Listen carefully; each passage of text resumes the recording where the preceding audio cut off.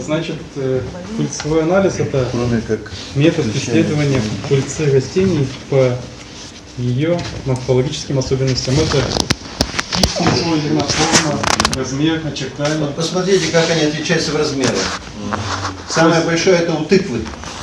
То есть пыльца она разнообразная по форме. Да. Так, следующий слайд. Ну, Гелий Васильевич уже много рассказал о том, где применяется пыльцевой анализ. Это ботаническое, географическое происхождение меда и пыльцеобножки. Значит, технологически как это делается? Берется небольшое количество меда, 10 грамм. Далее мед растворяется в дистиллированной воде. И дальше этот осадок, то есть раствор уже центрифугируется на специальной машине, на центрифуге. И получается осадок. Этот осадок наносится на предметное стекло. И уже на микроскопе получаются снимки. По сеточке считают, да? Да, вот получаются реальные снимки. Это пыльца. Так, следующий. Вот, допустим, это донник пыльца донника. Вернулся. Да. А до этого пыльца была липа.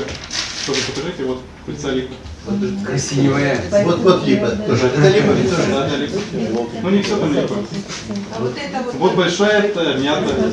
Это вот, которая с камнями такими. Да, это мята полевая. Так, дальше. Тут и липа, и... Ну там лобазник еще вот внизу. А где лобазник? В углу. Да. Ну такие маленькие, да, лобазник. Это вот донник. Так, это у нас. Это вот что? Так, там, значит, это клевер, кажется, Клевер. какой-то вид, да. Да, белый. Так, значит, снимки мы можем получать не только на оптическом микроскопе, но и на растровом электронном. Вот показано на слайде. Здесь снимки очень получаются четкие, и можно все видно. Да. Так, дальше. Вот с точки зрения распознавания, можно распознавать не по форме, а вот по этим вот текстуре, вот какие вот у них вот клеточки и так далее. Я проводил с собой опыт такой. Вот в магазине 5 видов этих орехов. Я их сразу видно. Этот грецкий по форме, по цвету, да, этот лощиный, этот арахис, этот там кедровый. А вот сделайте маленькую дырочку и смотрите, не зная, какая форма, по структуре, и тоже определите. То есть это один из классификационных признаков распознавания. Почему я об этом сказал? Потому что многие пыльчинки имеют одинаковый размер, одинаковую форму, и их определить по контуру очень трудно. Так, следующий слайд. Ну вот, допустим, это ива козья, пыльца. Так, следующий. На козу не похоже. Так, следующий. Это фацелия. Ну, как, Ага, да, вот, пожалуйста. Как и сказал Гелий Васильевич, следующее применение пыльцевого анализа – это оценка качества окружающей среды и качества меда. То есть, если у нас растения растут на плохих условиях, это выхлопы, выбросы промышленности, это радиация, солнечная радиация, то пыльца у растений видоизменяется, она становится уродливой. Это как у людей, тоже рождаются то с 3 ногами, то с 2 головами, ну то же самое. То есть получается, пыльца бывает карликовая. Хоть бы сказал, как у коров. У людей чаще бывает почему-то сейчас. Вот, допустим, пыльца бывает гигантская, карликовая. Так, следующее. То есть, вот, допустим, если взять одуванчик лекарственный, то пыльца очень сильно видоизменяется. Она взята, кстати, вот у нас в Ижевске, в районе завода Иштальта. А то что, кого не? Да. Так, следующее. Вот это пыльца ядиная, обыкновенная. Тоже она видоизменяется очень сильно. А как далеко от Ижевска на уровне? Ну тоже здесь. То есть это урбанизированная среда промышленная так влияет.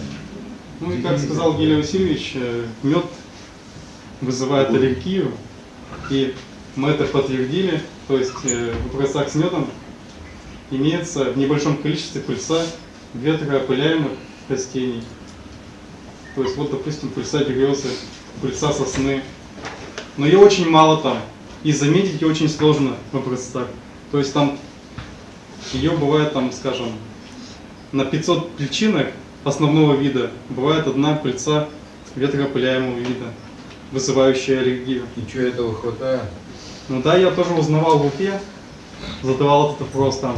Оказывается, небольшое количество этой вот пыльцы может вызвать аллергическую реакцию. Буквально там 1-2 пыльчинки попадет и все. Все, да?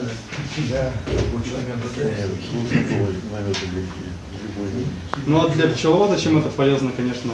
Если мы сделаем пульсовой анализ своего меда, то мы будем знать уже точно, что у нас, Приоритетно. да, что растет, да, какие медоносы. Ну вот я к протоколу опять возвращаюсь. Вот этот протокол испытаний.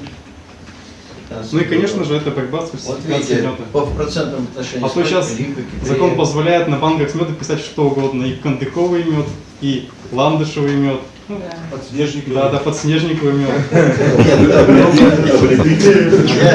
на одной банке в этом супермаркете читал, что мед типовый, а потом написано, что могут встречаться пыльца и перечислено еще 20 растений. Я кедровый видел. Боярышник мед даже. А написано липовый. Я кедровый видел. В Москве на выставке кедровый видел. Ну, кедровый. Ну, мед я на какой Москве? Я здесь видел. Да и пихтовый пишут даже, сосновый. В общем, все что угодно пишут, лишь бы продать этот мед. Как-то по закону вот опять он рекламирует ярмарку меда в Ижевске. Что, мы тут ни один, по-моему, к ней отношения не имеем, да? Сдали этим полиции и быстренько уехали. В Ледовом дворце рекламируют. Сейчас Саратовский бизнесмен всей России так. Проверяете? А?